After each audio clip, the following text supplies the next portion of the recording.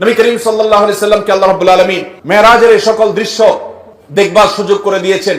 তিনি যখন দুনিয়াতে আসছেন, মেরাজ শেষ করে, সফর শেষ করে যখন ফিরে আসলেন, যথারীতি তার মেরাজের এই ঘটনা শোনার পর মক্কার মুশরিকদের অনেকে হাসাহাসি করতে লাগলো যে মুহাম্মদ এতদিন যা বলেছে আখিরাত হবে, এটা হবে, সেটা হবে এবং আল্লাহর ভয় আমাদেরকে দেখিয়েছে, এখন সে তো একেবারে অদৃশ্যের এমন এমন সব তথ্য দিচ্ছে, এগুলো অবৈজ্ঞানিক, এগুলো অযৌক্তিক। তারা রীতিমতো অস্বীকার করতে লাগলো এবং হাসাহাসি করতে লাগলো। আবু বকর সিদ্দিক রাদিয়াল্লাহু তাআলা আনহু, পুরুষদের মধ্যে যিনি সর্বপ্রথম ইসলাম গ্রহণ করেছেন, ইসলামের প্রথম খলিফা, প্রিয় নবী সাল্লাল্লাহু আলাইহি সাল্লামের সবচেয়ে কাছের মানুষ, সবচেয়ে আপন মানুষ, আবু বকর রাদিয়াল্লাহু তাআলাকে জিজ্ঞাসা করলো একজন, এই সম্পর্কে তোমার বক্তব্য কি? নবী করিম সাল্লাল্লাহু আলাইহি সাল্লাম যখন ফজরের পরে এই ঘটনার বিবরণ দিলেন, তখন আবু বকর সিদ্দিক রাদিয়াল্লাহু তাআলা আনহু এক বাক্যে সবার আগে বললেন, আল্লাহর নবীর মুখ থেকে যেহেতু এই বিবরণ আমি শুনেছি, আমি নিশ্চিতভাবে, শতভাগ নিশ্চিতভাবে আমি জানি এটি ঘটেছে এবং এই ঘটনার ব্যাপারে আমার চুল পরিমাণ কোনো সন্দেহ নাই। এই সাক্ষ্য দেওয়ার সাথে সাথে আল্লাহর হাবিব সাল্লাল্লাহু আলাইহি সাল্লামের তরফ থেকে এতদিন যাকে মানুষ আবু বকর জানতো, নবীজির পক্ষ থেকে নতুন উপাধি তিনি পেলেন, তাকে বলা হলো তিনি সিদ্দিক, সত্যবাদী, সত্যায়নকারী, সত্যকে সত্য বলে স্বীকারকারী এবং অকপটে স্বীকারকারী।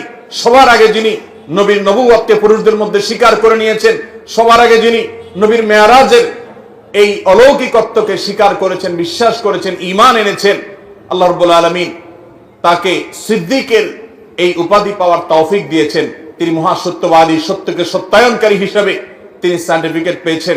ইতিহাস তাকে আবু বকর সিদ্দিক বলে জানে, কিন্তু সিদ্দিক এই উপাধি পেয়েছেন তিনি এই মেরাজের ঘটনাকে কেন্দ্র করে। অথচ অনেক দুর্বল ইমানের মুসলমান, অনেকে মুরতাদ হয়ে গেছে এই ঘটনা শুনে, অনেক কাফেররা হাসাহাসি করতে লাগলো। কিছু মুশরিকরা নবী নেয়ার জন্য প্রস্তুত হয়ে গেল, আচ্ছা মুহাম্মদ তুমি নাকি রাতে মসজিদুল আকসা ঘুরে এসেছো, আচ্ছা বলো দেখি মসজিদুল আকসার স্ট্রাকচার সম্পর্কে তোমাকে কিছু প্রশ্ন করি। তারা অনেকগুলো প্রশ্ন করলো। নবী করিম সাল্লাল্লাহু আলাইহি সাল্লাম মসজিদে আকসায় গেছেন রাতে গিয়ে আবার ফিরে এসেছেন, পুরো স্ট্রাকচার তো দেখা সম্ভব নয়। আল্লাহ তাআলা তার নবীর সত্যতা প্রমাণের জন্য মুজিজা হিসেবে তার সামনে সে চিত্র ধরে রেখেছেন। তিনি একটা একটা করে প্রশ্ন উত্তর দিলেন। অনেক মুশরিকরা তার এই অলৌকিকত্ব দেখার পর যখন বাস্তবতার সাথে মিলে গেল, তখন তার প্রতি নতুন করে ঈমান এনেছে সাল্লাল্লাহু আলাইহি। মুহতারাম হাজরিন, এভাবে মেরাজের ঘটনার পরিসমাপ্তি ঘটলেও কিয়ামত পর্যন্ত আগত সকল ঈমানদার নারী পুরুষের জন্য মেরাজের এই ঘটনা বহু শিক্ষা বহন করে। অনেক অগণিত শিক্ষা এই মেরাজ আমাদেরকে দিয়ে যায়। এর ভিতরে একটা বড় শিক্ষা হলো যে মানুষের জীবনে যখন দেয়ালে পিঠ থেকে যায়, যখন সকল দুয়ার বন্ধ হয়ে যায়, যখন পেরেশানি চূড়ান্ত পর্যায়ে চলে যায়, মানুষ যদি আল্লাহর প্রতি আস্থা রাখে, আল্লাহর প্রতি বিশ্বাস রাখে, আল্লাহর দিকে ধাবিত হয়, আল্লাহর দিকে রুজু হয়, আল্লাহর দিকে মুতাওয়াজ্জহ হয়, আল্লাহর দিকে সে যদি আগায়, আল্লাহর প্রতি আস্থার চুল পরিমাণ ঘাটতি না থাকে, এই ব্যক্তিকে আল্লাহ রাব্বুল আলামিন এমন ভাবে সান্ত্বনা দিবেন, যেমন ভাবে নবী করিম সাল্লাল্লাহু আলাইহি সাল্লামকে আমাল হুজনে এসে, পিতা চাচাকে হারানোর বছরে এসে, স্ত্রীকে হারানোর বছরে এসে, সহায় সম্বলহীন হওয়ার বছরে এসে, মক্কা এবং তায়েফের মানুষ থেকে বিতাড়িত হওয়ার বছরে এসে চরম অসহায় বোধ যখন করছিলেন, আল্লাহ তাকে যেরকম এমন সান্ত্বনা দেওয়া দিলেন যে সান্ত্বনা তার সকল কষ্ট লাঘব হয়ে গেল, সকল কষ্ট দূর হয়ে গেল, সামনে চলার শক্তি খুঁজে পেলেন, নতুন দিশা পেলেন, ৫ ওয়াক্ত নামাজের নতুন অস্ত্র আল্লাহর সাথে কানেক্টেড হওয়ার জন্য নতুন হাতিয়ার পেয়ে গেলেন। তাকে যেরকম আল্লাহ তাআলা সান্ত্বনা দিয়েছেন, মেরাজের ঘটনা আমাদেরকে শিক্ষা দেয় আমাদের জীবনে যত বিপদ আসুক, যত পেরেশানি আসুক, আমরা আল্লাহর দিকে রুজু থাকবো, আল্লাহর দিকে ধাবিত থাকবো। আল্লাহ রাব্বুল আলামিন আমাদের সমস্ত পেরেশানি দূর করবেন, সমস্ত বিপদ দূর করবেন, আমাদের প্রতি রহম করবেন এবং আল্লাহর কুদরত আমরা দেখতে পাবো ইনশাআল্লাহ।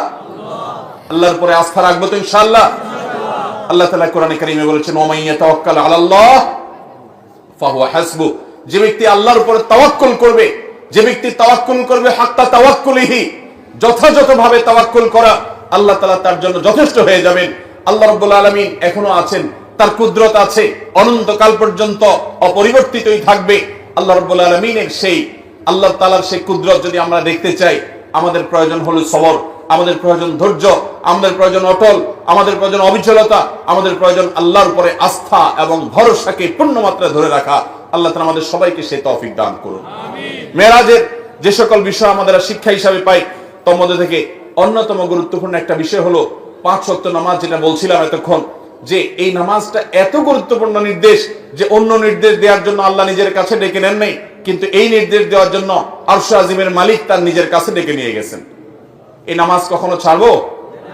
আল্লাহ আমাদের সবাইকে 5 ওয়াক্ত সালাত সারা জীবন গুরুত্বের সাথে আঁকড়ে ধরে রাখার তৌফিক দান করুন। চেষ্টা করবো তো ইনশাআল্লাহ। ভাইরা আমার, এর বাইরে রজব মাস, এই মাসে মেরাজের ঘটনা সংঘটিত হোক বা অন্য মাসে সংঘটিত হোক, ইতিহাস যেটাই থাকুক, ঘটিত হয়েছে, এটাই সংঘটিত হয়েছে, এটাই বড় কথা। তারপরও এই মাসের বিশেষ করণীয় আছে। বেশিরভাগ মুসলমানরা আমরা জানি না এই মাসটা সম্মানিত 4 মাসের একটি মাস। আল্লাহ রাব্বুল আলামিন এই মাসকে সম্মান দিয়েছেন। সম্মানিত 4 মাসের বাকি 3 মাস কোনটা? বাকি 3টা ধারাবাহিক মাস, সালাতুল মুতাওয়ালিয়াত, 3টা ধারাবাহিক মাস। তার প্রথমটি হলো জিলকদ, এরপরটা হলো জিলহজ, এরপরটা হলো মুহররম। জিলকদ, জিলহজ, মুহররম 3টা ধারাবাহিক মাস। আর রজব ও মুদর আল্লাযী বাইনা জুমাদা ওয়া শাবান, আর রজব মাস যেটা এখন আমরা পার করছি, বাংলাদেশের বেশিরভাগ মুসলমানরা রজব মাস 2, 4, 5 দিন, 10 দিন, 20 দিন, এমনকি গোটা মাস শেষ হয়ে যায়, জানেও না যে আগের মাস জুমাদা সানিয়া মাসের সাথে এই মাসের একটা পার্থক্য আছে। আগের মাসটা সাধারণ জেনারেল মাস, কিন্তু এটা সম্মানিত মাস। কোরআন যাকে বিশেষ মর্যাদাপূর্ণ মাস ঘোষণা করে দিয়েছে, আমরা অনেকে জানিও না রজব মাস কখন আসে কখন যায়, এই মাসের কি মর্যাদা আছে আমরা জানি না। আল্লাহ তাআলা কোরআনে কারীমে সূরা তাওবায় বলেছেন, এই মাস যখন শুরু হয়, ফালা তাজলিমু ফিহিন্না আনফুসাকুম, অন্য সময় পাপাচার করা যাবেই না। সম্মানিত মাসের সম্মান রক্ষার্থে যে কোনো পাপ, অপরাধের কাজ, গুনাহের কাজ থেকে বাঁচার জন্য একটু বিশেষভাবে চেষ্টা করতে হবে। এই রজব মাসে যে কোনো পাপ করতে গিয়ে যদি আপনার বুক একবারও আপনার ভেতর থেকে যদি আপনাকে বাধা দেয়, তাহলে বুঝতে হবে আপনি এই মাসের সম্মান অন্তত জেনেছেন, অনুধাবন করেছেন। এই ধারণাই আমাদের সমাজ থেকে বিলুপ্ত হয়ে গেছে। আল্লাহ তাআলা আমাদেরকে সম্মানিত মাসের সম্মান রক্ষা করার তৌফিক দান করুন।